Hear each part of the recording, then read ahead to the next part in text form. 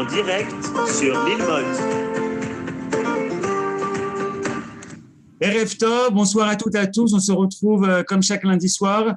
Il est 18h04 avec le Rav Menachem Ackerman. Et j'ai envie de dire, Ezou Chacham Arouet Anolad. J'ai remarqué qu'avec le Rav Ackerman, c'est toujours toi qui as le mérite d'être le premier à nous faire rentrer dans les fêtes. Bon, tu as de la chance, tu es en début de semaine, tu es le lundi, mais tu es toujours au Kadima pour nous faire entrer. Alors, on a eu Rosh Chodesh, mais grâce à toi, c'est le premier cours qu'on va avoir sur Purim.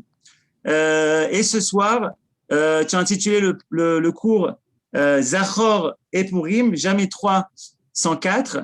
Et ça me fait rappeler un événement qui va avoir lieu en fin de semaine, puisque en fin de semaine, l'Ilmod organise une soirée toute particulière qui est les 10 ans de la famille Fogel, les 10 ans de l'assassinat de la famille Fogel. Vous pouvez voir maintenant l'affiche qui aura lieu en direct de la synagogue d'Emouna Shlema, où il y aura Laura Benisha qui va parler, Laura Bochko et également Eliezer Charodowski.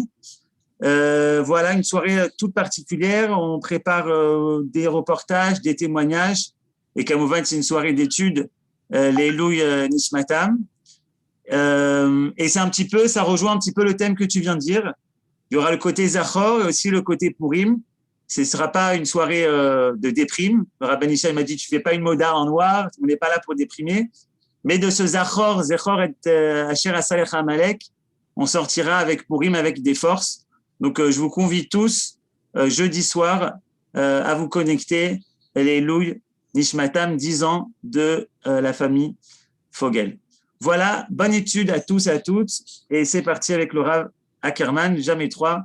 104, on va voir de quoi tu vas nous parler. Oui, ça c'est top. On continue sur tout d'abord les Dvarim Tovim, l'Irfouach Shlema, donc de Keren Miriam Bat Yoela, et de aussi Ezra Chai Ben Simcha Khatoun. Si quelqu'un veut rajouter, il a qu'à envoyer dans le chat et on est Mechaven aussi sur ce que vous rajoutera. Et la Avdil, elle fait Avdalot. Et donc les Nishmat, Michel Joar Malka Badouna, Sananes, tous les shiurim du lundi sont toujours les Ilou Nishmata, et aussi Kamuna Badrachel, et ah oui, Nachon, l'Irfouach Shlema Shel Kol Cholei HaKorona Be'am Israël ou Ba'olam, שהקדוש ברוך הוא ירחם עלינו, וישלח רפואה שלמה. Et aussi chez Ivatel et Tamagefa, parce que on peut aussi tout simplement être Mevatel, et Briut Lirachel Bat Moriel. Tov. Alors, commençons directement. Ce qu'on va faire ce soir, c'est qu'on va faire une étude d'une Sugia de Gemara.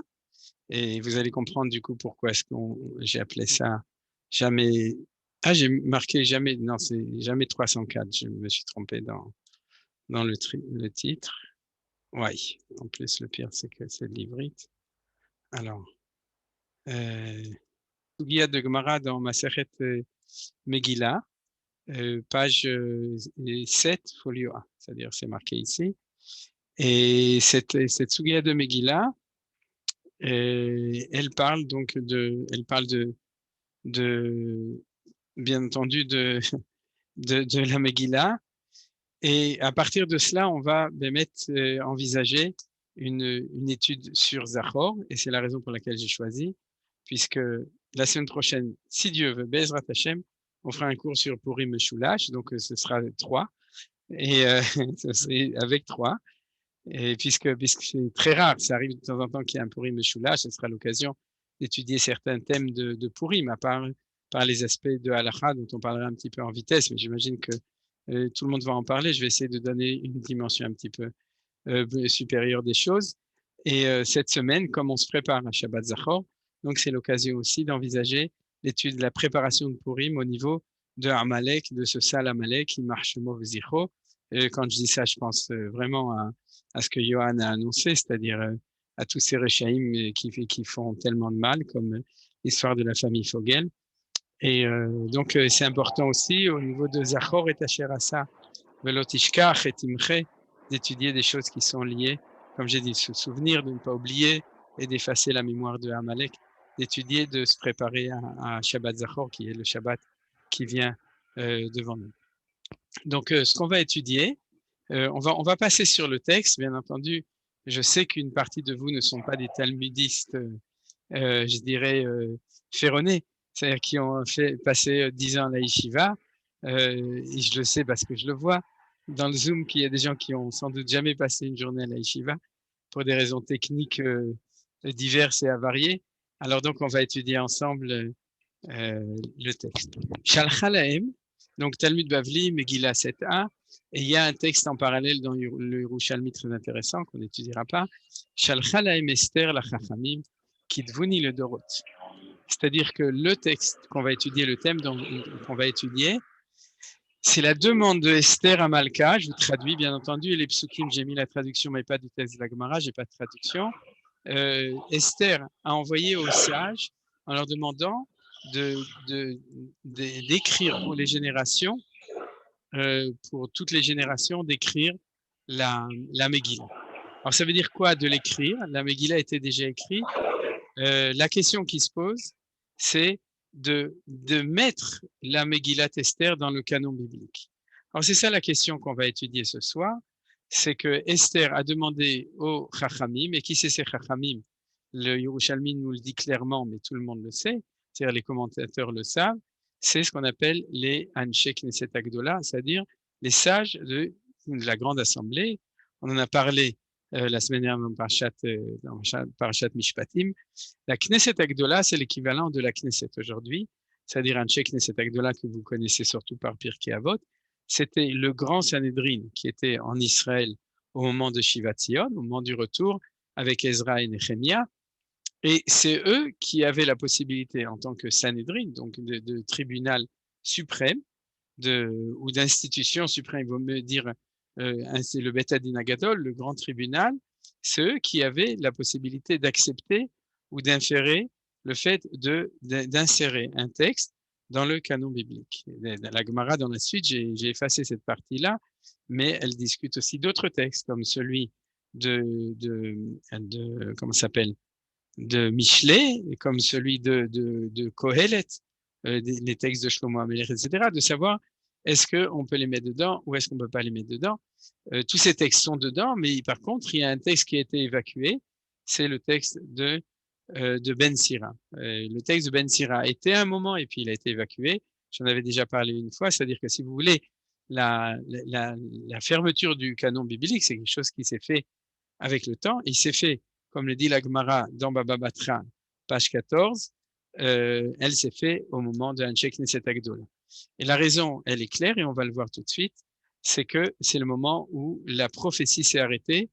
Et la condition sine qua non pour qu'un texte soit à l'intérieur du canon biblique, c'est pas qu'il soit canon, c'est qu'il soit fait beruach hakodesh, c'est-à-dire qu'il ait une inspiration divine. C'est-à-dire que tant qu'il y avait la prophétie, des textes nouveaux pouvaient être insérés. Le jour où il y a eu fermeture de la prophétie, il y a eu fermeture de la Bible, du Tanakh, Torah, Nevim ou Ketubim. Alors donc, on est ici pratiquement à la fin, mais on n'est pas à la fin parce que après l'histoire d'Esther, on a encore les 3 derniers prophètes, Haggai, Zecharia ou Malachi, qui ont été inscrits dans le canon biblique, non pas dans les Ketubim, dans les écrits, mais dans les Nevim, dans les prophètes. Ils font partie des petits prophètes, des Tréhassar. Et donc, le canon biblique est encore ouvert, et Esther, qui se trouve à Shushan, donc, elle demande, elle-même n'a aucun pouvoir légal pour pouvoir faire entrer Megillat Esther, ni elle ni Mordechai, d'ailleurs, puisque Mordechai est aussi à Shushan. Donc, ils n'ont pas le pouvoir. Je dis ça parce que Mordechai faisait partie du tribunal. Donc, il avait quand même son mot à dire, mais n'étant pas installé à Jérusalem, il ne pouvait pas. Donc, il était en mission, mais du coup, il ne pouvait pas lui-même décider. De toute façon, il ne pouvait pas décider tout seul. Et donc, ce texte de Gemara nous raconte que Mordechai et Esther, dans ce cas-là, c'est Esther, on va voir d'ailleurs pourquoi est-ce qu'il y a marqué Esther et pas Mordechai et Esther. Et donc, Esther demande au Anshe Knesset Agdola, Kitvuni le Dorot, ça veut dire inscrivez-moi pour les générations, donc mettez-moi dans le Tanakh, c'est-à-dire moi, ce que j'ai écrit, la Megillat Esther. Et donc, puisque la Megillat Esther se trouve à l'intérieur du Tanakh, on s'attend à ce que la réponse va être oui, bien entendu. Eh bien, non, pas du tout. Shalchula. Donc, les Anshe Knesset Agdola lui ont répondu Allo, katafti lecha, shalishim, bemerotzot dat. Donc, ils lui ont répondu avec un verset de Michelet, c'est-à-dire la traduction ne correspond pas à la lecture du Pshat et la lecture de la Gemara, dans laquelle il est marqué n'est-ce pas que je t'ai inscrit Shalishim en trois. Ça vient du mot Shalosh, c'est-à-dire il y a trois, le mot Mo'atzot d'Avada, c'est-à-dire dans les conseils, de bons conseils d'expérience. Mais je pense qu'il considère Mo'atzot Vadat, ça fait partie, c'est le tribunal, justement, peut-être, ou je sais pas, c'est très difficile de savoir quelle était l'intention de la fin du Passouk selon les Chachamim, puisque dans la Gemara, on ne cite que le début du Passouk, c'est-à-dire on cite que cette partie-là, et il y a marqué Allo, katafti lecha, n'est-ce pas que je ne t'ai permis d'écrire que Shalishim, que trois. Et c'est pour ça que la Gemara répond, et c'est ça le texte, le titre de ce soir, Shalishim velor ibeim, c'est-à-dire que jamais quatre, il n'y a que trois et pas quatre. C'est-à-dire que Shalishim, d'accord, velor ibeim et pas quatre. Il y a que trois, et donc, du coup, là s'arrête la réponse des Chachamim. Vous voyez que les Chachamim, les sages du Sanhedrin, ils avaient de l'humour parce qu'ils ont donné une réponse un peu évasive. Ils ont dit, puisque dans Michelet, il y a marqué qu'on ne peut faire que trois et on ne peut pas faire quatre, donc il n'y a pas de place pour Megillat Esther. Jusqu'à ce que les Anshe Knesset Agdola eux-mêmes ont trouvé un pasouk pour pouvoir rentrer la Megillah. C'est-à-dire que, a priori, ils ne voulaient pas rentrer la Megillat Esther dans le canon biblique. Ils ont dit c'est impossible, puisqu'on a un verset dans Michelet qui nous dit il n'y a que la place pour les écrits ne sont que dans trois, et donc il n'y a pas de place pour Megillat Esther. Alors vous comprenez tous, surtout pour ceux qui ont l'habitude d'étudier la Gemara, et ceux qui n'ont pas l'habitude, ils comprennent encore mieux, qu'on ne comprend rien. C'est-à-dire que c'est hermétique. On ne comprend pas du tout ce que les Chachamim veulent dire à Esther en disant cette chose-là. Il y a de la place pour trois et il n'y a pas de la place pour quatre. Alors, on va quand même continuer. Oui, quelqu'un veut poser une question. Oui, c'est quoi les trois dont on parle? Alors, c'est ça le problème. C'est que c'est une très bonne question. C'est que la Gemara elle-même, elle ne le dit pas. C'est-à-dire, elle ne dit pas, mais je vais vous donner tout de suite une explication. Je vais vous donner l'explication. Bon, tu sais quoi, puisque la question est posée, je vais tout de suite vous donner l'explication.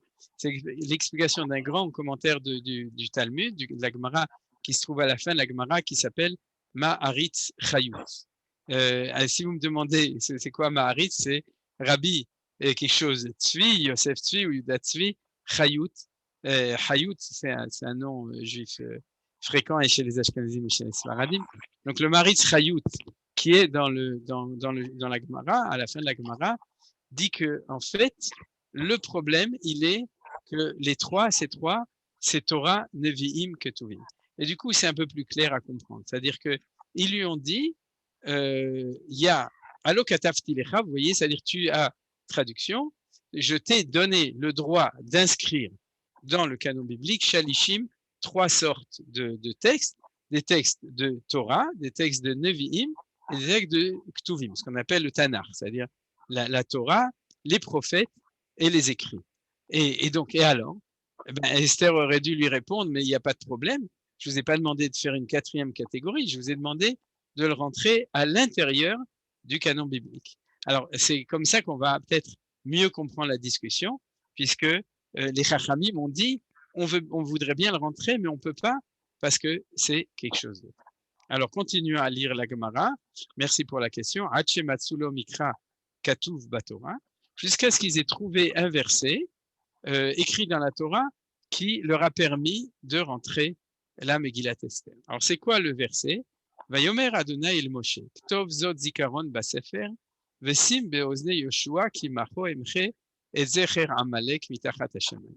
C'est-à-dire qu'ils ont bien compris que la Megillat Esther faisait partie des textes, comme d'habitude, je ne vous le traduis pas. Là, vous pouvez lire la traduction officielle du rabbinat, puisque c'est la traduction que je mets là. Et donc, ce texte, c'est à la fin de Béchalar, c'est au moment de la guerre entre Israël et les Amalécites, quand, en passant la mer Rouge, comme vous vous souvenez, c'était il y a 2 semaines, 3 semaines, donc vous avez pas oublié, quand Amalek attaque Israël juste après le passage de la mer Rouge, on s'est battu contre eux, et à la fin du combat, Akadosh Baruch Hu dit plusieurs psukim, celui-là et encore un autre pasuk, c'est-à-dire sur le jugement de Hachem dans ce qu'on a à faire avec contre Amalek, pas avec mais contre, et il dit à Moshe, Ktov zot zikaron basefer, donc écris ça en souvenir dans un sefer, Vesim beoznei Yoshua, et en plus transmets-le dans les oreilles de Yoshua, puisque c'est Yoshua qui a fait cette guerre, Ki macho imchet zecher Amalek mitachat hashamayim, que j'effacerai le nom d'Amalek de dessous le ciel. Et donc, quand les Chachamim ont trouvé ce pasouk, c'est pas qu'ils l'ont trouvé qu'ils le connaissaient pas, bien entendu. C'était pas une découverte dans le sens qu'ils connaissaient pas le verset, mais ils ont trouvé une autorisation de pouvoir faire entrer la Megillat Esther dans le canon biblique. De nouveau, vous pouvez poser la question, mais je la pose moi-même. On comprend pas du tout quel est le dialogue, c'est-à-dire quel est le fond de la discussion entre les deux. Est-ce qu'on avait uniquement besoin de trouver un verset, et puis ce verset, qu'est-ce qu'il nous dit de plus? On va tout de suite voir au niveau technique, disons, talmudique, qu'est-ce que le verset dit. Mais comme vous imaginez bien, on n'est pas en train d'étudier uniquement le texte de la Gemara, mais on est en train de creuser, de fouiller derrière pour voir qu'est-ce que la Gemara veut nous dire, pour pouvoir comprendre des choses qui sont cachées derrière. Donc, quel était le problème, s'il vous plaît? Oui, Nelly. Bonjour, Nelly. Bonjour. Quel était le problème de mettre ça dans les Ktuvim? Tu dis dans les Ktuvim mais pas dans les Nevim, ou tu dis de manière générale? C'est-à-dire ta question, c'est quoi? Moi, je pensais dans le canon biblique, l'un ou l'autre, mais moi, je pensais aux Ktuvim. C'est pas un texte de prophétie, c'est une histoire. Ouais. Alors, c'est ça le problème. Le problème, c'est savoir quel est le problème. C'est-à-dire qu'est-ce qui dérangeait les Anshe Knesset Agdola, c'est-à-dire les sages de la Knesset de l'époque, ce qu'on appelle Knesset Agdola, qu'est-ce qui les dérangeait? Et en fin de compte, comme toujours dans la Gemara, au début, qu'est-ce qu'ils pensaient? Et à la fin, qu'est-ce qu'ils ont pensé à la fin? Donc, c'est-à-dire quel est le dialogue?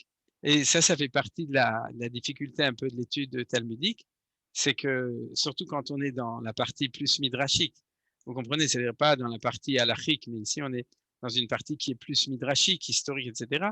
C'est souvent, les textes sont extrêmement hermétiques dans ce sens, et de comprendre vraiment qu'est-ce qui est marqué derrière. Mais c'est hermétique parce qu'ils transmettent des choses qui sont extrêmement profondes, et ils n'ont pas forcément toujours envie. Ici, il y a peut-être des raisons historiques qui ont fait qu'ils n'avaient pas trop envie de tout dire, parce qu'il y avait la Perse qui était derrière, vous comprenez, à l'époque, et donc c'était un petit peu compliqué. Alors donc, en tout cas, et on a un premier élément important, c'est qu'on comprend que si la Megillah rentre dans le Tanakh, elle rentre dans le Tanakh non pas comme l'histoire du miracle de Esther et de Mordechai, ou bien d'un conflit avec Assuérus, mais elle rentre dans le Tanakh comme histoire, comme un des épisodes de la guerre contre les Amalécites. C'est-à-dire, c'est ça qu'on voit ici, puisque vous voyez la fin du passage. On va voir tout de suite comment est-ce que la Gemara l'étudie. Ktov zot, ma shekatuv kanu b'mishne Torah, zikaron, ma shekatuv b'nevi'im, basefer, ma shekatuv b'megillah. C'est-à-dire qu'ils ont décortiqué le pasuk en 3. Ils ont dit Ktov zot, ça fait une première partie, zikaron, deuxième partie, basefer, troisième partie. Et qu'est-ce que ça veut dire? Ça veut dire que Dieu a donné la permission à Moshe et au peuple juif d'inscrire l'histoire de la guerre contre Amalek dans 3 endroits. Dans un endroit qui s'appelle Ktov Zot, c'est ce qui est marqué dans la Torah, puisque dans la Torah, on a 2 passages qui parlent de Amalek. Le premier, c'est Vayavo Amalek, c'est l'histoire dans Béchalar, donc à la sortie d'Égypte. Et c'est ce qu'on va lire Bezrat Hashem pour les gens qui sont en dehors de Jéru et de Hebron, etc., le vendredi matin, c'est dans 10 jours. Et pour les Yerushalmim, on va le lire Shabbat matin. Donc, c'est la lecture de la Torah de Purim, c'est Vayavo Amalek. Et Bemishne Torah, c'est Parshat Zachor, C'est ce qu'on va lire tous ensemble. Chacun va le lire ce Shabbat. C'est-à-dire, les Chagav, pour les gens qui, au niveau de la halakha, qui ne peuvent pas aller Shabbat au Beth Knesset, mais qui pourraient l'entendre le vendredi, il y a certains rabbanim qui disent qu'on peut écouter la lecture de Béchalar pour faire la mitzvah de Parshat Zachor. Parce que vous savez que tout le monde fait très attention. Chez les Ashkenazim, même les femmes, chez les Sfaradim, les femmes non, mais ils sont pas obligés. Ça veut pas dire qu'on n'est pas, qu'on peut pas le faire, bien entendu. On peut toujours aller écouter, et c'est toujours une mitzvah tassé minatora, d'écouter Zachor. Mais donc, pour ceux qui peuvent l'écouter plutôt le vendredi, pour ceux qui habitent en dehors de Jérusalem. Alors donc, Ktov Zot, c'est écrit ça, c'est la première mention de l'histoire d'Amalek, c'est ce qui est marqué dans la Torah. On peut le même marquer ici, pour que ce soit plus clair, Torah, voilà. Ensuite, Zikaron, Mashekatouv, Banevim, c'est marqué clairement Nevim, donc on va peut-être le remarquer de nouveau, mais c'est les Nevi'im, c'est-à-dire, et Basefer, Mashekatouv, Bamegila, et ça c'est Ketuvim, d'accord, puisque la Megillah, elle se trouve dans les Ketuvim. Donc, ils ont trouvé comment mettre, parce que jusqu'à maintenant, dans les Ketuvim, il n'y avait pas mention de l'histoire de Amalek, c'est-à-dire de la mitzvah d'effacer le nom d'Amalek. Il n'y avait aucune histoire, il n'y avait rien. Et donc, ils ont dit, c'est super, au contraire, c'est très bien. On va, comme il a dit, on va pouvoir le rentrer. Il y a une place, on va le mettre dans les Ketuvim. Il y avait une place pour Megillat Esther, donc on va le mettre, et c'est ce qui se passe aujourd'hui, comme vous le savez. Ça fait partie, Megillat Esther, elle est dans les Ketuvim. C'est-à-dire, vous avez compris, j'espère que vous avez compris. Si vous demandez pourquoi les mots Ktov Zot, c'est d'Avka Torah, Zikaron, c'est l'Envim, Basefer, c'est Ketuvim, dans les Yerushalmi, ils expliquent, mais en gros, on peut leur faire confiance. La Gemara continue et dit qu'Etanaï, on a une discussion des Tanaï. Alors, si vous voulez, jusqu'à maintenant, on était dans une discussion historique, contemporaine, entre Esther et les Anshek Knesset Agdola. C'est-à-dire, on se trouve environ en moins 350 avant Jean-Claude, d'accord? C'est-à-dire qu'on est à l'époque même du miracle de Purim, dans une communication entre les Chachamim, les sages de Jérusalem, et Esther qui se trouve à Shushan, à Suz. Par contre, après, maintenant, la Gemara, elle saute à Tanaïm. Tanaïm, on va être à l'époque, après la destruction du deuxième temple, immédiatement après, c'est-à-dire les sages qui sont les maîtres en gros, les maîtres de Rabbi Akiva. C'est-à-dire, c'est vraiment la génération qui est immédiatement après la destruction du temple. Vous voyez qu'on saute 400 ans environ, 450 ans, et on voit que la discussion continue. C'est ça qui est intéressant. Parce que la discussion perdure bien plus tard. C'est-à-dire que c'est pas parce que les Anshek Knesset Agdola ont accepté que c'est clair. Ktov Zot, Mashekatuv Kan, Zikaron, Mashekatuv B'Mishne Torah, Basefer, Mashekatuv Baneviim, divrei Rabbi Yehoshua. C'est Rabbi Yehoshua qui est un des deux maîtres de Rabbi Akiva, Rabbi Yehoshua et Rabbi Eliezer. Donc Rabbi Yehoshua, qui est le maître de Rabbi Akiva, il dit, il n'y a pas de place, désolé, donc on n'accepte pas la Megillah dans le Tanakh. Vous avez compris? C'est-à-dire qu'en fin de compte, Rabbi Yehoshua défend l'opinion des Anshek Knesset Agdola a priori. C'est quand ils ont dit Niet, il n'y avait pas de place, eh bien Rabbi Yehoshua continue à soutenir cette opinion. Pourquoi? Parce qu'il dit que Ktov Zot, ce qui est marqué là, c'est-à-dire là, c'est dans Béchalar, c'est l'histoire de la guerre contre Amalek. Zikaron, Mashekatuv B'Mishne Torah, Parshat Zachor. Si vous me demandez quel est le lien entre le mot Zikaron et Parshat Zachor, j'imagine que c'est très difficile à comprendre. C'est qu'elle commence par Zachor. Zachor est Asher Asa Lecha Amalek. Et donc, c'est une très belle allusion avec le mot Zikaron. Basefer, Mashekatuv Banevim, ce qui est marqué dans les prophètes. Alors, j'ai oublié de vous dire que dans les prophètes, ce qui est marqué sur la guerre contre Amalek, c'est la guerre qu'a fait Shaoul Amelech, le roi Shaoul, puisque Hachem lui dit clairement, il envoie Shmuel et il lui dit Zacharti et Asher Asa, je me souviens de ce qu'a fait Amalek, et maintenant le moment est arrivé de réaliser ce qui est marqué dans la Torah, Timhe et Zecher Amalek, efface la mémoire d'Amalek, donc il faut tous les tuer. Et vous vous souvenez que dans l'histoire, Shaoul a eu pitié, il était un peu Shaoul Arshav, et donc il a dit non, on peut pas faire ça. Et donc il a pas tué Agag, et vraiment c'est pas une blague, c'est-à-dire c'est pas Agag, et sauf Agag a eu le temps d'avoir des enfants, et c'est comme ça que Aman s'appelle Aman à Agagi. D'accord, c'est-à-dire il s'appelle Agagi parce qu'il descend du roi des Amalécites. Et nos sages nous disent que la tragédie, c'est que dans cette nuit, entre le moment où il aurait dû le tuer et le moment où Shmuel lui a coupé la tête, puisque Shmuel a fait remontrance à Shaoul et il lui a dit pourquoi tu l'as pas tué, et c'est Shmuel lui-même qui a sorti son épée et qui a coupé la tête à Agag. Mais dans ces moins de 24 heures, c'est le drame historique que ce Agag. Alors vous comprenez très bien que le Midrash veut nous sous-entendre que cette erreur de Shaoul était fatale. Parce que si il avait coupé la tête à Agag moins de 24 heures avant, eh bien Aman ne serait pas né. Souvent, quand on étudie la vie de Hitler, on se pose le même genre de questions. Hein. C'est-à-dire, est-ce qu'on n'aurait pas pu lui couper la tête 30 ans avant, etc. Où il y a toutes sortes de questionnements comme ça qui correspondent à l'enseignement de ce Midrash, c'est-à-dire de montrer comme quoi les choses souvent peuvent être des erreurs historiques qui ont l'air d'être minimes, peuvent avoir des influences extrêmement terribles.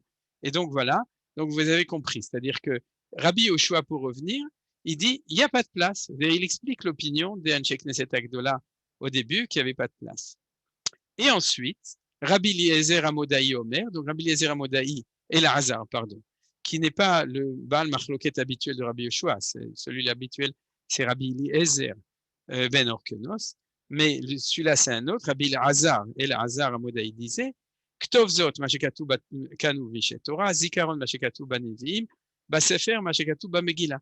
C'est Rabbi Elazar Amodai défend l'opinion qui a été ramenée auparavant au nom des Anshe Knesset Agdola quand ils ont trouvé une place. Donc vous voyez, ce qu'ils pensaient au début et ce qu'ils pensaient à la fin, c'est l'opinion de deux Tanaïm.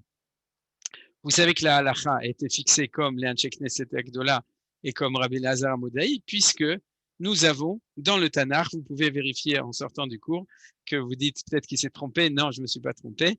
Dans toutes vos Bibles, vous avez Megillat Esther. Donc vous voyez, mais ceci dit, vous voyez que c'est intéressant, c'est-à-dire que les choses ne sont pas si claires, et c'est pas seulement qu'elles ne sont pas claires, c'est-à-dire on n'accepte pas si facilement, et vous comprenez ça d'ailleurs. Rentrer un texte dans le Tanakh, c'est un truc sérieux.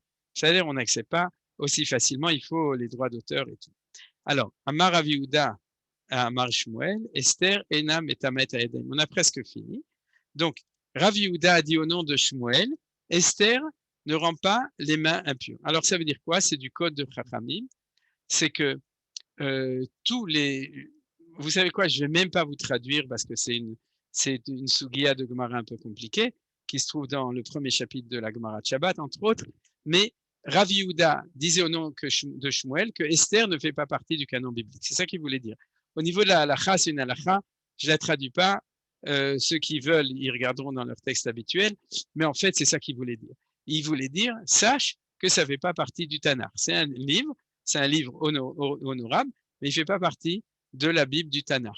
Alors, ce qui est intéressant, c'est que Rav Yehuda et Shmuel, c'est la première génération des Amoraïm. Les Amoraïm, c'est après que la Mishnah a été fixée par Rabbi Yehuda Anassi. On a en Eretz Israël Rabbi Yochanan et Resh Lakish, et on a en Babylonie Rav et Shmuel, qui sont la première génération. Et Rav Yehuda, c'est l'élève de Shmuel. Donc, ça veut dire au IVe siècle après, c'est-à-dire 300 ans après la marloquette entre Rabbi Elazar Amodai et Rabbi Yoshua, ça continue à discuter parce qu'il y a un Amora, il a donc la moutarde qui lui monte au nez parce qu'il s'appelle Amora, et il décide de dire que non, ça ne fait pas partie du canon biblique. Alors, vous voyez que ça prouve combien c'est un sujet qui est important.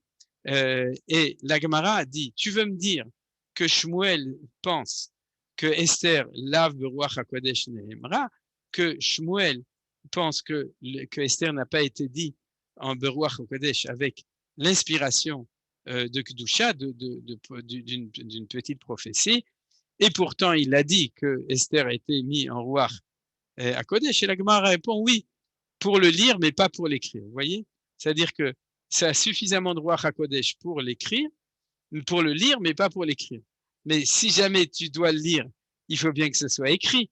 Vous comprenez? Là où on voit que c'est une Gemara de Pourim, hein, parce qu'elle elle rigole de nous. C'est-à-dire, elle dit, tu peux le lire, mais tu ne peux pas l'écrire. Et bref, en fin de compte, la Gemara, elle nous donne plein de Chachamim qui disent que en fin de compte, que la Megillah, c'est du sérieux, ça a été écrit Beruach HaKodesh. Rabbi Eliezer, une autre braïta dit, Esther Beruach HaKodesh Neemra, Sheneemar, parce qu'il y a marqué, Vayomer Aman Belibo, le miyarpot samelech lasot yakar yoter mimeni. Et les commentateurs expliquent que comment on sait que la Megillat Esther a été écrite Beruach HaKodesh, parce que comment Esther et Mordechai pouvaient savoir ce que Haman avait dans son cœur. Donc, si ils savaient, c'est qu'ils ont été inspirés d'inspiration divine, et c'est la preuve. Et en fait, la Gemara, maintenant, vous avez compris, la Gemara fait énormément d'efforts de dire que Esther est écrit d'inspiration divine, ce qu'on appelle le Ruach HaKodesh, pour, comme disait Nelly, pour le mettre dans les Ketubim. Parce qu'il faut savoir, la Torah, elle a un niveau de prophétie qui s'appelle le niveau de Moshe Rabbeinu Aspak, l'Aria Meira, c'est-à-dire le niveau le plus haut. D'accord? Ensuite, les prophètes, c'est de la prophétie, et les Ketuvim, c'est Ruach HaKodesh. Alors, j'espère que vous avez compris. D'accord? Il y a un niveau supérieur, c'est Torah, c'est Moshe Rabbeinu. Ensuite, les prophètes, pour pouvoir entrer dans la prophétie, il faut que ce soit écrit par un prophète, c'est-à-dire, et ni Esther, ni Mordechai n'ont écrit ça avec le niveau de la prophétie, mais le niveau inférieur qui permet de rentrer dans les Ketubim et qui explique le dénominateur commun de tous ce qu'on appelle les Ketubim, les écrits, c'est qu'ils ont Ruach HaKodesh. Si ce n'est plus le temps du Ruach HaKodesh, ou si ce n'a pas été écrit par Ruach HaKodesh, on ne peut pas les rentrer. Et donc, en fin de compte, la Gemara nous explique, les Chachamim ont cherché 10 mois où on voit que c'était Ruach HaKodesh pour expliquer pourquoi c'est rentré dedans. Donc, premier pasouk, c'était Rabbi Eliezer, justement le copain de Rabbi Yehoshua. Rabbi Akiva Omer, donc vous le connaissez, il dit Esther Beruach HaKodesh Neemra. Esther était aussi d'inspiration divine, comme il est marqué Vatei Esther Notzetchen Bene Kol Roea. C'est-à-dire que comme, et la Gemara dit, comment tu peux savoir qu'elle a plu à tout le monde, c'est-à-dire si c'est pas Beruach HaKodesh.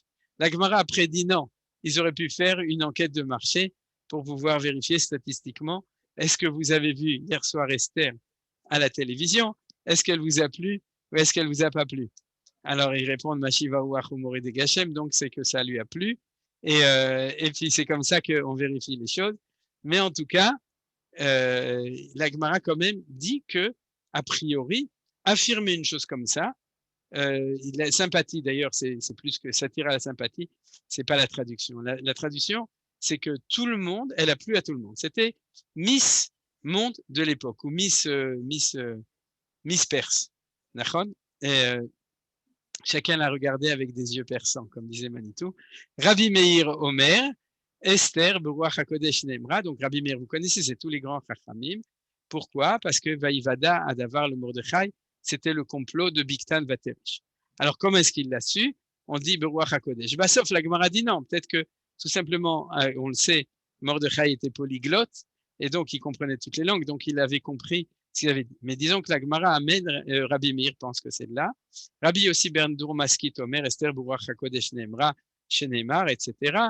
Ou va visa lo shalchu et yadam que les Juifs, quand ils ont fait la guerre contre les Amalécites, ils n'ont pas pris de butin. Comment tu le sais? À moins de mettre des caméras partout, comme à l'époque, ça marchait pas comme ça.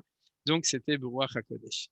Et Shmuel a dit, il y avait Ata, il y avait Amina, Milta, Adifa, Mikulo. Si j'avais été là-bas, j'aurais dit quelque chose qui est mieux que tout le monde. Kimu le mala, maché kiblu le mata, parce qu'il y a marqué le pasouk, j'ai oublié de le mettre. Kimu ve kiblu, vous vous souvenez. Vous connaissez ce pasouk, puisque c'est le pasouk, il est très célèbre. Dans la Megillat Esther, c'est que Kimu, ils ont accompli, ve kiblu, ils ont accepté. Et Shmuel le lit comme ça. Kimu le mala, on a accompli, c'est-à-dire on a donné le cachet là-haut, c'est-à-dire dans le ciel. Mashi kiblu le mata, parce qu'il était accepté par les Juifs en bas. de faire Purim. Amarava, le Kulu Yitleu Picha le Var Mishmuel Delet le Picha. Rava dit que toutes les précédentes qui étaient des Tanaïm, donc des grands, il y a une objection, sauf celui de Shmuel.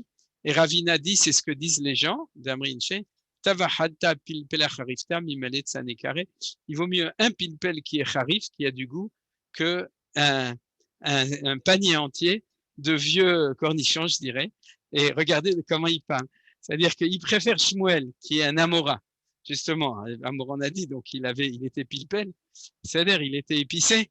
Et on préfère un pilpel qui est bien après que tous ces vieux entre Ringa, Rabbi Meir, Rabbi Akiva, Rabbi Eliezer, etc., qui manquent de pilpel.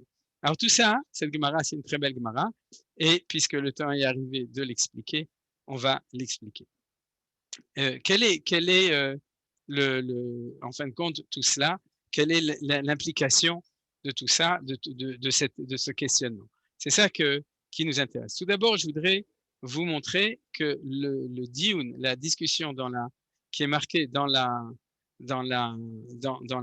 Gemara, se trouve en filigrane dans la Megillat Esther elle-même au 9e chapitre. Parce qu'il y a marqué comme ça. Vatirtov Esther Amalka Batavichail ou Mordechai Yehudi. Et comme Esther est en premier, c'est pour ça que dans la Gemara, on nous dit que c'est Esther qui a demandé. Et Kol Tokef. Et Kol Tokef, c'est usant de toute leur autorité. Il n'y a pas marqué leur autorité. Il faut effacer ce mot-là. Il faut de toute l'autorité. Voilà, on le traduit comme il faut sur la Gemara. De toute l'autorité de donner force de loi à cette seconde. Justement, eux n'avaient pas d'autorité. Et donc, le traducteur n'a rien compris parce que, en fin de compte, ce que la Gemara nous raconte, c'est que Esther a réussi à écrire quelque chose qui avait l'autorité. Or, l'autorité, c'est le Sanhédrin de Jérusalem. Et Vaishlach Sfarim el Kol Hayehudim el Sheva Mesrim Mea Medina, Chashurot Divrei Shalom Ve'emet, Lekayem et Yemei HaPurim Haele Bizmanem Asher Kiyam Ale Mordechai ve'Esther Amalka Kasher Kimu al Nafsham Valzam Divrei Atzomot ve'Za'akatam, c'est-à-dire ne gardez pas juste la fin sur les jeunes, parce que c'est pas ça qui est important, mais c'est donc ils ont réussi à envoyer une missive dans le monde en disant que c'était imposé, c'était grâce au Et Kol Tokef imposé, Uma Amar Esther Kiyam, donc cette parole Kiyam a été réalisée. C'est que la fête a été instituée grâce à l'accord d'Anshe Knesset Agdola, c'est le texte qui précède, Divrei HaPurim Haele, donc la fête de Purim, Venirtav Basefer. Et c'est quoi Venirtav Basefer? Vous voyez que la traduction, elle ne veut rien dire. Il fut consigné dans un document écrit, il fut consigné dans le Tanakh. Vous avez compris? Le Tanakh. Voilà. C'est comme ça qu'il faut écrire les choses. Venirtav Basefer. Et ça vous rappelle peut-être quelque chose, puisque Ktov Zot, Zikaron, Basefer. Vous vous souvenez? Mashekatu Bamegila, c'est le mot Basefer. Donc il faut savoir qu'il faut avoir des yeux. Au moins pour l'instant, on n'étudie pas le fond, on étudie le pshat, mais ça nous apprend qu'il faut avoir les yeux des sages pour savoir lire même la Megillah. Parce que vous comprenez que tout ça, si on ne sait pas lire, on ne voit rien. Et là, tout d'un coup, on voit que Venirtav Basefer, ça fait allusion au mot Ktov Zot Zikaron Basefer de Parashat Beshalach, qui est une parole de Dieu, Vayomer Hashem El Moshe. C'est-à-dire, donc ça, c'est le fait que si on sait lire les choses entre les lignes, on voit que la Gemara n'a fait que nous expliquer le texte qui était marqué ici. Alors maintenant, rentrons plus peut-être à l'intérieur du sujet, tel que si vous voulez d'ailleurs, je peux fermer même le screen pour quelques minutes, puisqu'on va parler BLP, ensuite on le rouvrira, peut-être. Alors, tel que le Maharitz Chayout avait expliqué les choses, et je vais essayer d'aller jusqu'au bout de l'approfondissement. Maintenant, ça nous a pris quand même 40 minutes pour étudier la Gemara, c'est bien en soi-même, on a vu quand même la discussion elle-même et les tenants et aboutissants, ainsi que la source dans la Megillah, maintenant au niveau beaucoup plus profond. Comment est-ce que la discussion, elle était comme ça au niveau du Maharitz Chayout? C'est-à-dire, c'est quoi 3 et 4? La réponse, telle que l'explique le Maharitz Chayout, la réponse d'Anshe Knesset Agdola. Ils lui ont dit comme ça, dans ton bouquin à toi, Esther Amalka, montre-moi combien de fois il y a marqué le nom de Dieu. Ouais. Il n'y a pas. Même pas Elohim. C'est-à-dire, il n'y a même pas marqué Elohim, ou il n'y a pas marqué le nom de Dieu, Loshem Havaya, etc. Donc, ton histoire à toi, c'est-à-dire ton histoire de Megillat Esther, comment tu veux qu'on l'inscrive à l'intérieur du Tanakh? Ah, ils l'ont dit, si tu veux, il n'y a pas de problème. Ça fait partie des apocryphes, c'est-à-dire ça fait partie de livres d'une nouvelle catégorie, c'est-à-dire une catégorie de livres qui ne sont pas d'inspiration divine. Puisque le nom de Dieu n'apparaît pas là-bas, tu vas quand même pas nous dire que c'est des Kitve HaKodesh, que c'est des écrits saints qui sont avec Ruach HaKodesh. Vous comprenez? Puisque si c'est marqué Ruach HaKodesh, il y a un certain style, il y a une certaine manière, il y a une certaine manière de parler, on parle de Dieu, etc. Or là-bas, c'est un pastiche en Perse d'une histoire avec des gens qui se saoulent toute la journée, etc. Donc les Anshei Knesset Agdola lui ont répondu, c'est pas dans le style. Et c'est ça le titre. C'est-à-dire, ils lui ont dit, si tu veux qu'on le rentre, il faut qu'on crée une quatrième catégorie. Et c'est ce qu'on avait vu après, c'est-à-dire que on peut le lire, on peut pas l'écrire. Vous vous souvenez qu'on a vu la réponse des Chachamim sur Shmuel, qui a dit, oui, Ruach HaKodesh, mais pour le lire et pour pas l'écrire. Vous savez ce qu'on appelle quelque chose qu'on lit et qu'on n'écrit pas? On appelle ça la Torah, chez Bé'al Peh, c'est la Torah orale. C'est-à-dire que c'est comme on disait chez nous, j'oral pour vous, vous vous souvenez? Donc, c'est-à-dire, si tu veux qu'on le rentre, c'est une catégorie qui serait une Torah orale qu'on mettrait dans le Tanakh. Et ça, on peut pas faire. C'est-à-dire, c'est impossible de faire une chose comme ça. Vous avez compris, Allo katafti lecha shileshim, la lecture des choses. Là, on rentre dans une discussion extrêmement profonde. C'est-à-dire qu'on rentre dans une discussion extrêmement profonde entre des gens qui se trouvent à Jérusalem. L'Anshei Knesset Agdola, dans un temps où la prophétie existe, puisque la Gemara nous dit clairement, Daf Yutret, Yudzain Yutret 18, justement dans la Gemara de Megillah à propos de la Tfila, que dans ce Sanhedrin, ou Benem, Shloshan, Evim Achronim, ou bien dans le texte parallèle aussi du Yerushalmi sur notre Gemara, qui dit qu'il y avait des prophètes. Donc, on est dans un temps de la prophétie, et ils lui disent à Esther et à Mordechai, ton histoire à toi, c'est très beau, tu veux, tu l'inscris dans des livres d'histoire, dans la Torah orale, tu peux en faire une Megillah, comme par exemple Megillah Ta'anit, qui est un texte écrit, mais qui n'a pas la Kedusha du Tanakh. Et si tu veux, on peut le lire à Purim, il n'y a pas de problème. Mais on ne peut pas faire entrer ça dans le Tanakh juif. Et là, on voit qu'il y a déjà un grand conflit entre l'histoire de la Megillah et la société israélienne de l'époque, qui eux disent, si tu veux le rentrer dans le Tanakh, il faut que ce soit véritablement quelque chose qui fasse partie de l'esprit prophétique qui se trouve à l'intérieur du Tanakh. La réponse, en fin de compte, des Chachamim, c'est que c'est ce qu'avait demandé, c'est là la discussion. Vous avez compris? C'est-à-dire que profondément, Esther, c'est le Esther Pani, vous savez.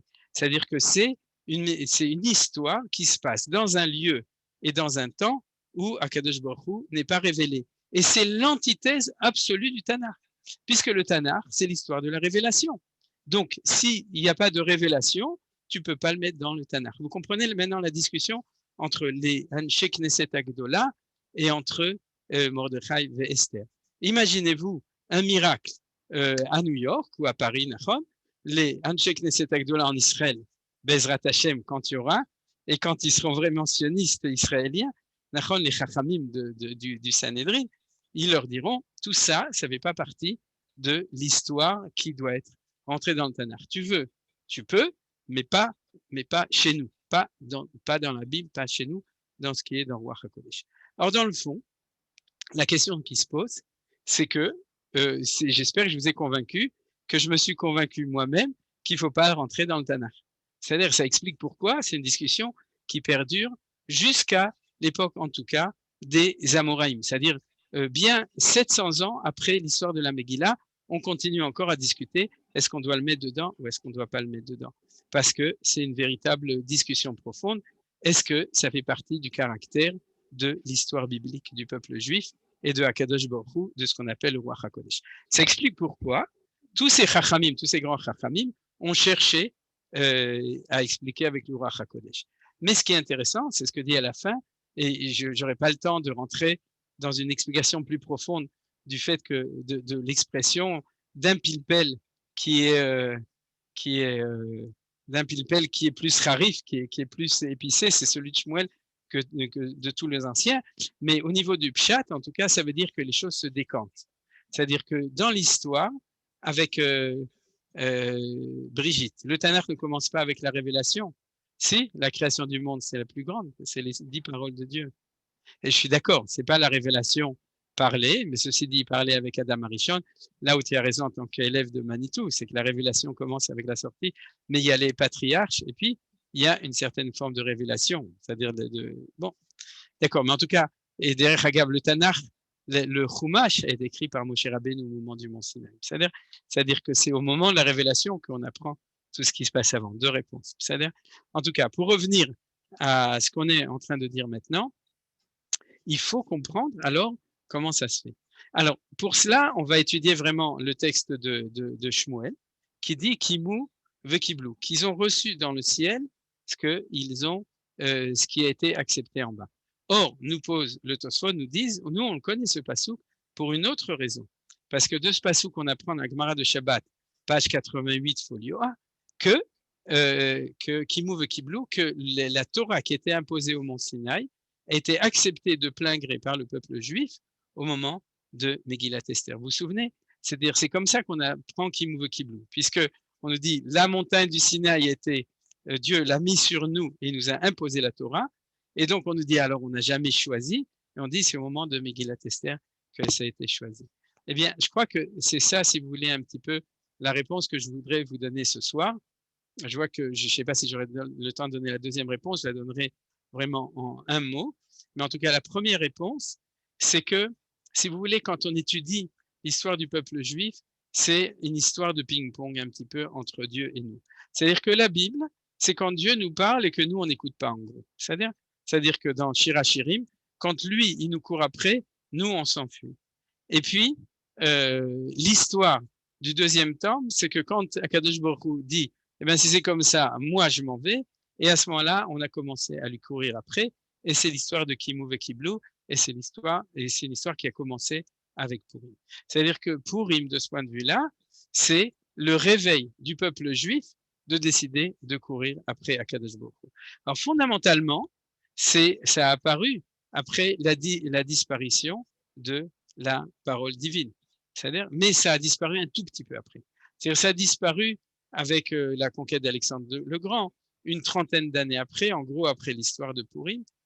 Ici, on est dans un temps charnière, il y a encore des prophètes, etc. Et c'est ça qui est extraordinaire dans l'histoire de Purim. C'est-à-dire que, en fin de compte, le Ruach HaKodesh, qui a à l'intérieur de l'histoire de Purim, c'est le Ruach HaKodesh de cette apparition du fait que le peuple juif se réveille de lui-même, même quand Akadosh Baruch Hu, il se cache un petit peu. Alors, vous comprenez pourquoi? Il y en a qui disent que c'est dehors, il y en a qui disent que c'est dedans. Tout d'abord, c'était un temps où ça pouvait être dedans, et c'est le temps, en effet, de la Torah orale, du début de la Torah orale, c'est-à-dire du temps Neemar likro velo lichtov. Mais il y a quand même dans cette vertu du fait de Kimu le mala, c'est-à-dire que Akadosh Baruch Hu dit Maché Kiblou, le fait que nous, on a décidé Kimu Kiblou de recevoir de notre plein gré. Alors ça, c'est la première réponse que je voulais vous donner. Je pense qu'elle est claire. C'est que elle explique toute cette discussion. C'est-à-dire c'est ambigu, puisque c'est la vox populis. Alors, tu peux dire c'est la Torah orale, donc tu ne peux pas le mettre dedans. Mais comme c'est un vox populis de vox deis, où Akadosh Baruch Hu l'a accepté, c'est un temps de prophétie, etc., où en plus, c'est profondément le Ruach HaKodesh qui se trouve et qui va durer dans l'histoire de manière mineure, parce qu'à ce moment-là, c'était beaucoup plus fort, parce qu'il y avait une possibilité, mais qui est exprimée par le fait que si Akadosh Baruch Hu se cache, nous, on éveille le Ruach HaKodesh, et c'est pour ça que les Chachamim, en fin de compte, ont accepté de le mettre dedans. Et ça, c'est un chidouche extraordinaire. C'est-à-dire que c'est le chidouche, si vous voulez, du fait que le fait que le peuple juif court vers Akadosh Baruch Hu, le fait que le peuple juif est à la recherche et à la volonté de s'approcher de Akadosh Baruch Hu, même si lui n'est pas actif de ce point de vue-là, clairement, mais en fin de compte, il est complètement actif, puisqu'on sait que derrière, on a dit qu'il n'y avait pas le nom de Hachem, mais derrière le Hamelech, on dit que c'est Hamelech, c'est Melech Malchei Amlachim, mais de manière cachée, il a décidé de répondre au présent et d'être là, et c'est pour ça que c'est marqué. Alors, il nous reste quand même 7 minutes, pour donner la deuxième explication, parce que je suis... J'ai une question, Rav Ackerman. Alors, je préfère que si vous voulez attendre... Après, c'est Besséder. 2 minutes, Ok, Besséder. c'est J'ai Besséder. le temps de le dire, parce que j'ai 7 minutes, et c'est pas beaucoup. Et la réponse, elle est comme ça. La deuxième réponse, elle est liée avec Amalek. Parce que si vous voulez, pour faire de l'ordre, cette première réponse, elle est liée avec les processus internes de la maturation du peuple juif qui sont expliqués, entre autres, on l'a étudié une fois dans le texte célèbre du Rav Kook qui s'appelle le Mahalach Hadeot Be'Israël Uvaomot. Menachem, je ne sais pas si tu l'as déjà sorti traduit ou non. Tu l'as sorti? Pas encore. Non. Alors ça va venir, Bezrat Hashem bientôt. Mais en tout cas, si vous voulez, dans cette dialectique extrêmement importante, et cette dialectique, elle rentre dans le Tanakh. C'est-à-dire, alors ça, c'est un aspect. Il y a un deuxième aspect qui est beaucoup plus proche du Pshat de la Gemara. Pourquoi? Parce que fondamentalement, la Gemara, quand elle nous a parlé de tout ça, elle nous a parlé son problème, c'est l'histoire de la guerre contre Amalek. Alors, quelle était la discussion? Alors, regardez, c'est très clair, et je suis d'ailleurs relativement scandalisé du fait que la plupart des chachamim de notre temps n'insistent pas. Quand je dis la plupart, y compris ceux qui s'affirment passionnistes, parce que en mikra yotse midei pshuto. On va lire ce Shabbat Zachor. Il y a marqué comme ça: Zachor et asher asa lecha Amalek baderech betzete Mitzrayim, asher karcha baderech vezene becha kol enechashenim acharecha, vata yev yagia velo yare Elohim. Tout ça, c'est la description de la faute d'Amalek, d'accord, de sa méchanceté, comme je vous ai dit, du fait que c'est un sale Amalek. Alors maintenant, on continue. La conclusion: Va yabaniach Adonai Elohecha lecha mikol vecha misaviv, ba'aretz asher Adonai Elohecha noten lecha nachala lirishta, timchet zecher Amalek mitachat hashamayim lo tishkach. Et ce qui a marqué clairement dans ce passage, qui est plus insisté en vert, il faut le voir parce que c'est le pshat de la Torah, c'est que la mitzvah de faire ala mihya, vous connaissez, c'est d'effacer Amalek. Ala mihya, timchet zecher Amalek, chez les Tunisiens, c'est ala mahya, mais ça revient au même. D'accord, c'est la mitzvah d'effacer Amalek. C'est marqué clairement que c'est lorsque Akadosh Baruch Hu te donnera tu seras débarrassé de tes ennemis autour, les Iraniens, les Syriens, etc., les Égyptiens, tous ceux qui te font des problèmes.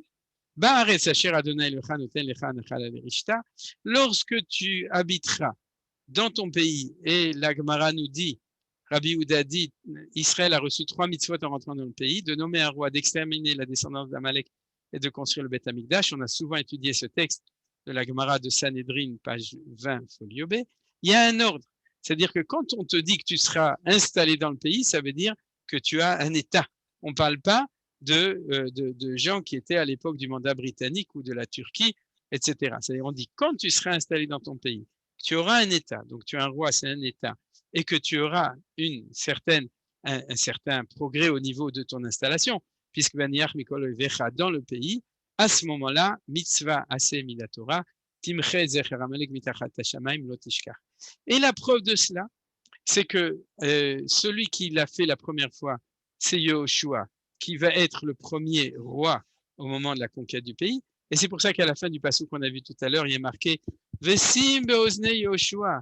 Mets-le dans les oreilles de Yehoshua, parce que peut-être que lui-même fera la mitzvah lorsqu'il sera lui le roi qui va rentrer dans le pays et qui va l'installer. L'histoire a voulu que Yehoshua ne l'a pas fait. C'est pas grave. On a attendu un peu plus tard. Quand?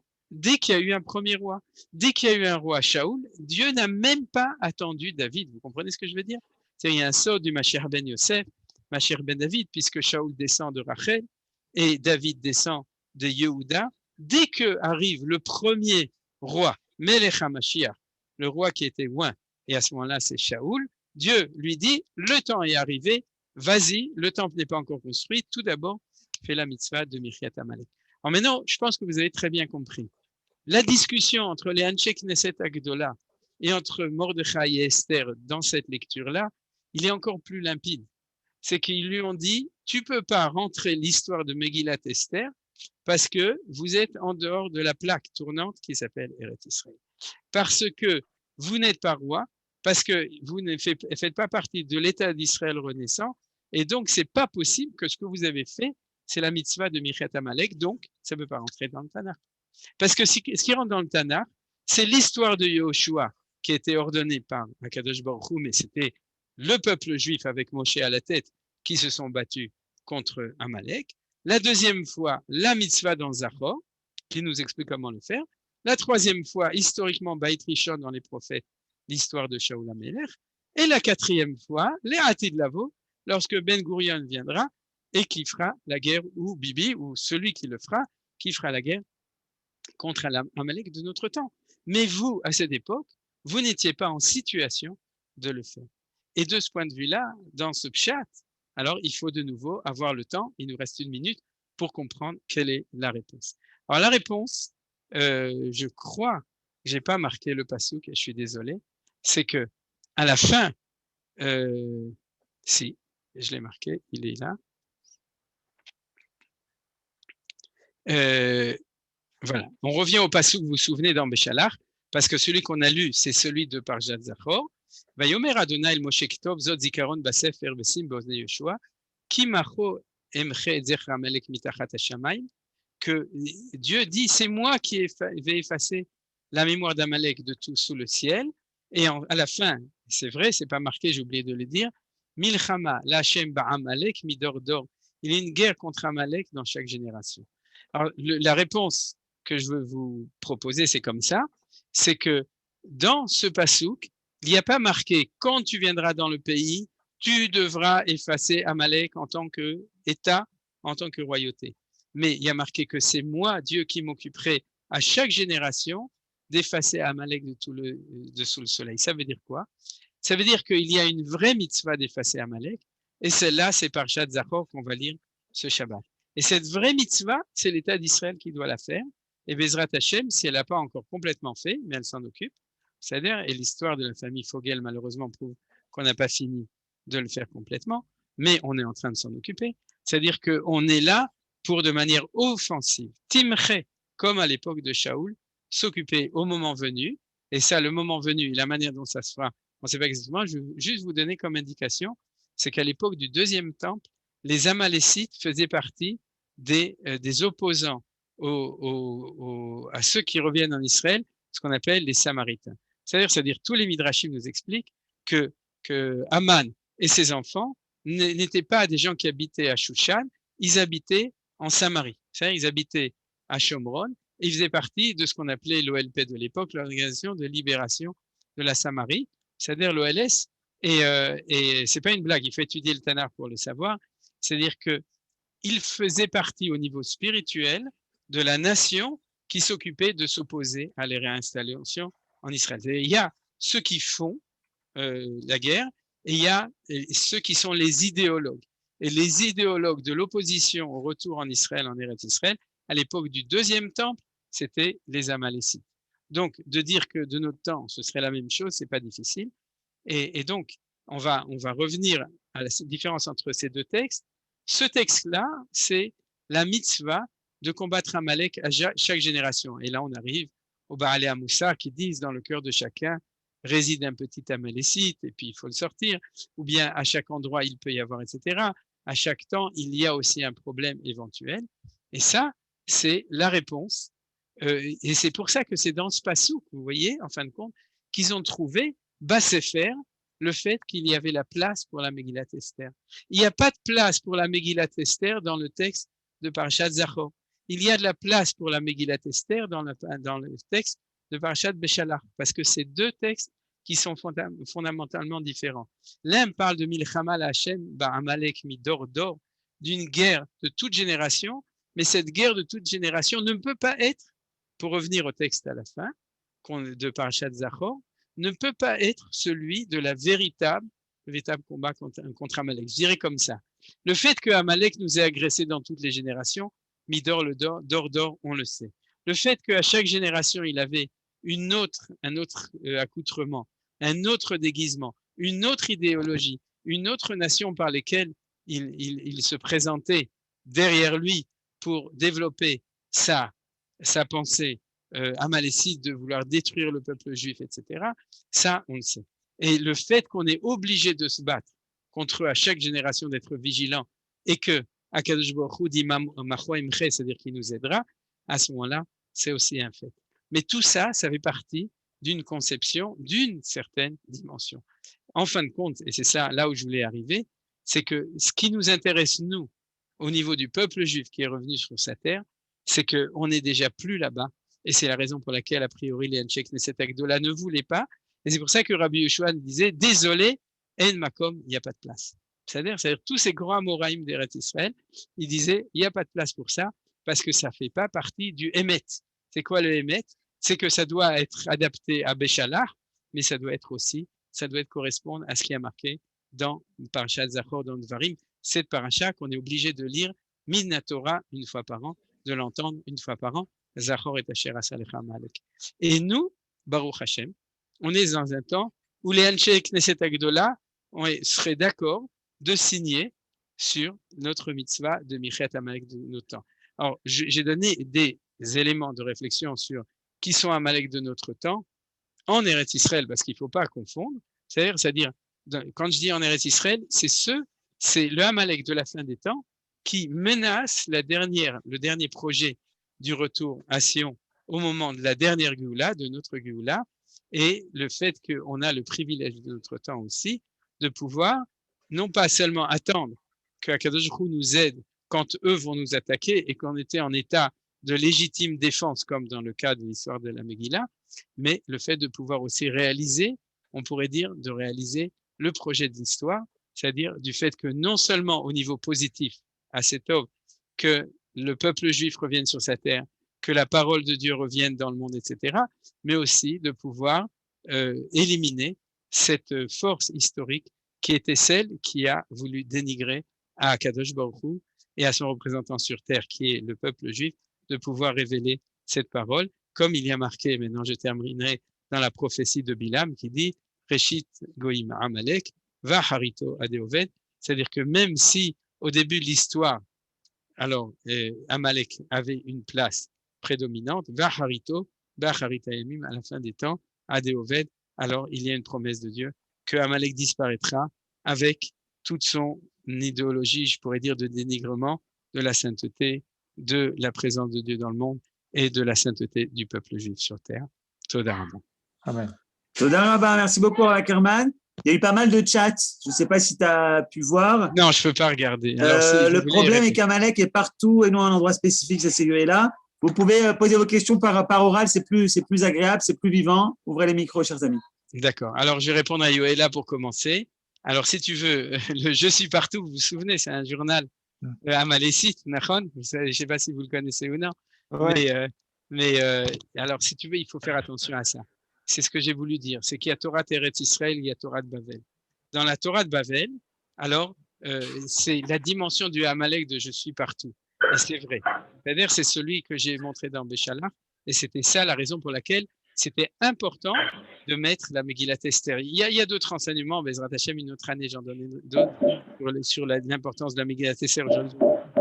Mais par rapport à Amalek, en tout cas, un enseignement. C'est-à-dire que si les Anshei Knesset Agdola, en fin de compte, l'ont accepté, c'était justement pour comprendre le Dorot. C'est-à-dire de comprendre, d'ailleurs, c'est le mot le Dorot, qui devient le Dorot et d'or, qui a marqué dans la Torah, c'est sans doute pas par hasard. C'est-à-dire de nouveau, quelle est la différence entre la Torah terrestre et la Torah de Bavel? La Torah de Bavel, c'est une Torah qui est suffisamment réduite et diminuée pour être valable partout. Genre un petit Shulchan Aruch qui te suit partout. C'est-à-dire, comment c'est la même chose?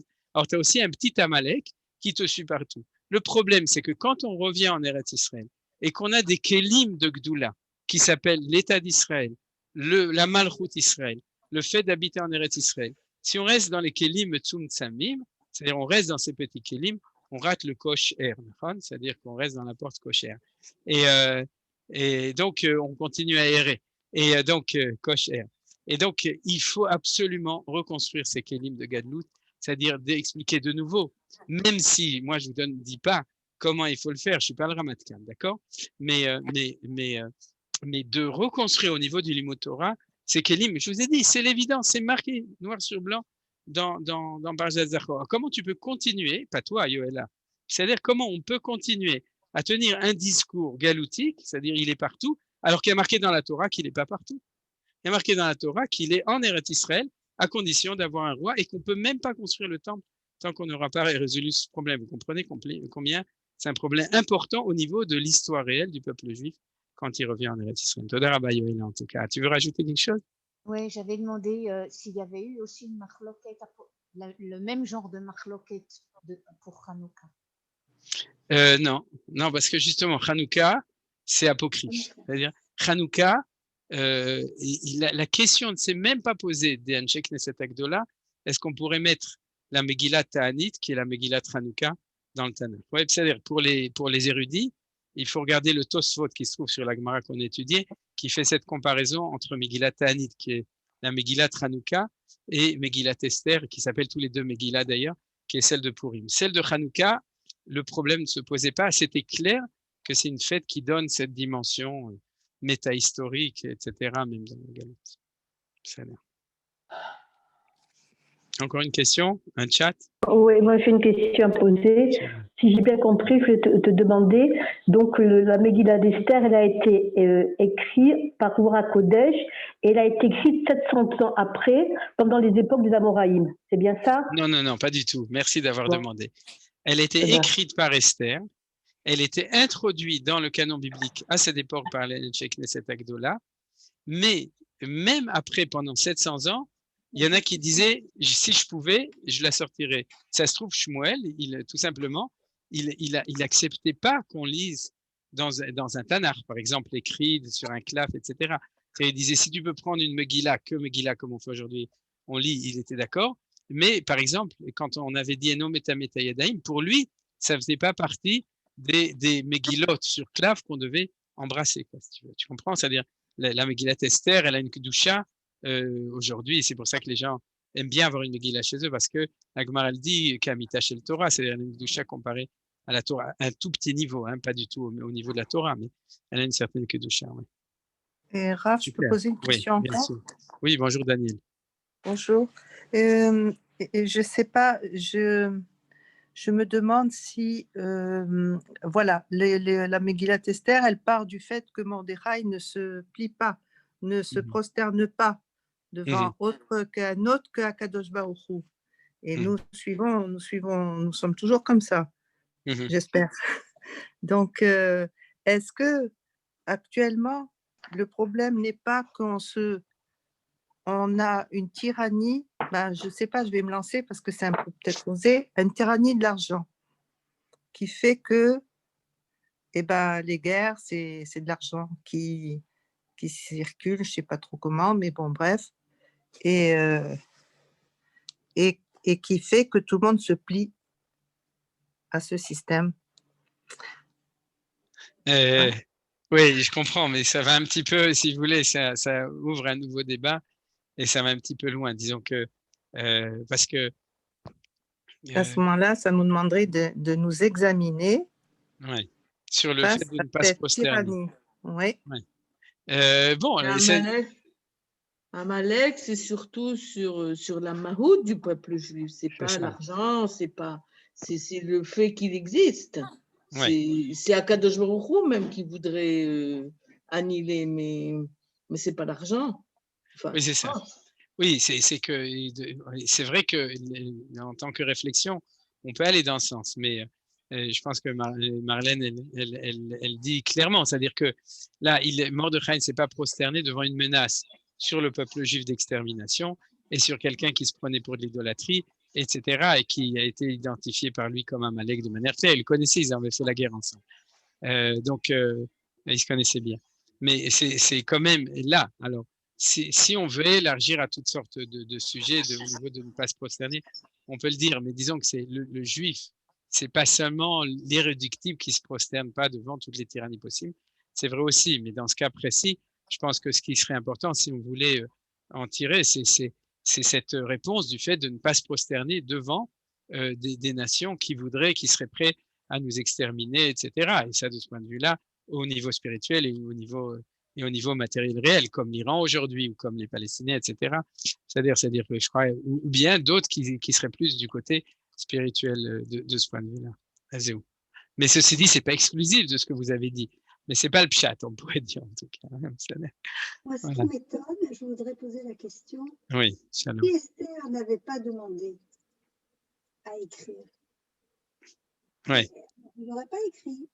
Et c'est quand même, et aujourd'hui, c'est clair pour tout le monde que la Esther, il y a aussi une certaine boucha.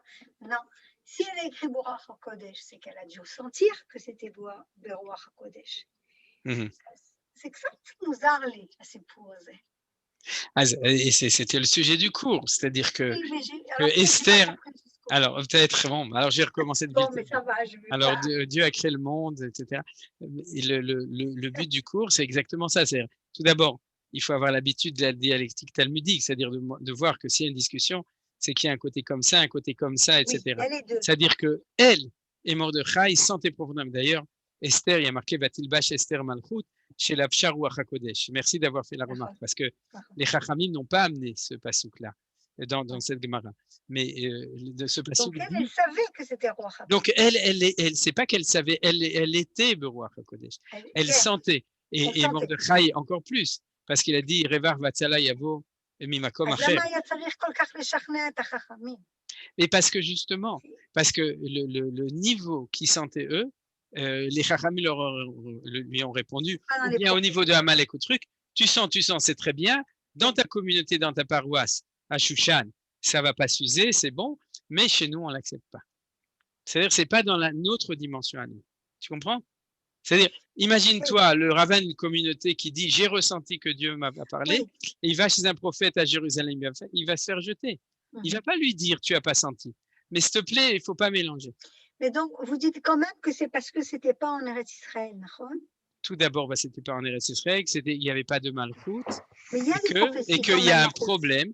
Et qu'il y a un problème, que Bassov, c'était Esther Panim. Il faut accepter qu'il y avait. C'est un temps de Esther. On a des prophètes quand même en Chutz Laaretz, pas trop, il faut regarder le Kuzari.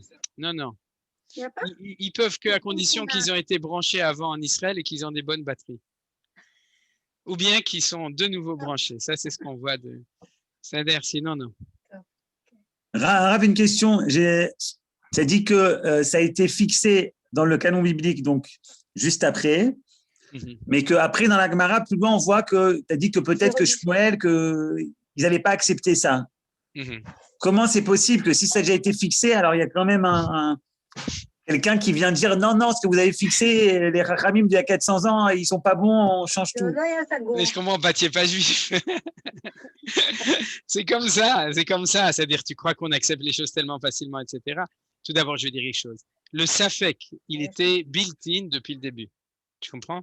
C'est-à-dire que même s'ils ont accepté, on pourrait dire, en disant oui, mais, d'accord, on l'accepte, mais.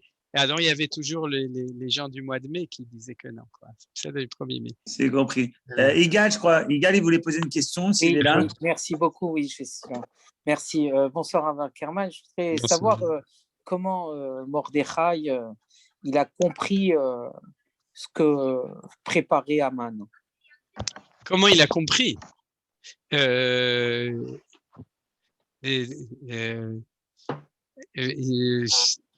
avez dit qu'il connaissait les langues. Non, ça c'était à propos par de… Ruach HaKodesh, Oui, par Ruach HaKodesh. Non, mais attends, mais tu me poses une colle sur le pshat de la Megillah. C'est-à-dire, il va d'avoir le Mordechai, c'est qu'il l'a su, je crois qu'il l'a su, je ne me souviens pas. Oui. Il l'a su, il l'a su parce qu'il était au Parlement, des Hagam, parce qu'il était Shaharamel. Oui, il était dans le… Il était avec Achashverosh, non? Quelque chose comme… Oui, c'est ça. Il député ou quelque chose comme ça. Il était député. Il était dans le Parlement de Shushan, il y avait des représentants des 127 provinces, et c'était lui le représentant de Pahat Yehuda, c'était de la Parva, c'est-à-dire de la contrée du Pacha de Judée. Donc c'est pour ça, c'est comme ça qu'il l'a su. C'est vrai que je me souviens plus maintenant comment les Chachamim m'ont dit, mais il y a marqué, peut-être que quelqu'un le sait ou il se souvient. Yosef, tu te souviens? Je vois que tu veux dire quelque chose. Je crois qu'il les a entendus parler leur langage, le langage qu'ils connaissaient. Oui. Ils connaissaient les 70 langues, Mordechai. Oui, mais ça, c'est à propos de Bigtan Vateresh qui ont voulu tuer. Oui. Mais comment il a su Aman. le de Aman? Veivada d'avoir le Mordechai. C'est su. C'est pas marqué dans la Megillah. Il ne les a pas entendus parler. Mais non, il le dit Beferouche, Aman qui veut les tuer. Mais non, mais il y a Forad, Vezeb. Oui, mais il dit ça à Achashverosh. Le dit est parti. C'était. Ah bah oui, je suis bête. Voilà. Les lettres, quand ils envoient les lettres. Voilà, quand ils envoient les lettres, il l'a su, exactement. Oui, bien sûr. Exactement. Le problème du Shem Havaya qui n'existe pas, c'est posé aussi pour Shirachirim. Et Shirachirim était déjà dans le Tanakh, non, à ce moment-là? Oui, mais si tu regardes dans le texte, j'ai sauté un passage où on voit que la Gemara elle discute encore à cette époque-là sur Shirachirim encore. Sur Shirachirim aussi. Oui. Ah bon. Est-ce que c'est Meta Edem? Regarde, j'ai mis 3 petits points. Okay. Et regarde dans la Gemara. Davza et Namoudal. Oui. Si j'ai bien compris, 700 ans après la Megillah, ça a été accepté finalement, Sophie, Zéou. Peut-être. C'est pas encore sûr. Même pas. Je pense que oui. Sûr? Non, parce qu'il faut regarder dans les textes ultérieurs, mais ils ne sont pas dans la Gemara. C'est les Savoraïm. C'est possible que même après ça a été. Oui, des fois ça arrive, mais là je ne connais pas de source ultérieure. D'accord. Non, je ne crois pas. Je ne crois pas qu'il y en a eu après. Ils ont bien suivi. Alors on doit s'arrêter là. Toda Rabba le Kulam et Bezrat Hashem Yom Hamishi, ce sera Parashat Hashem.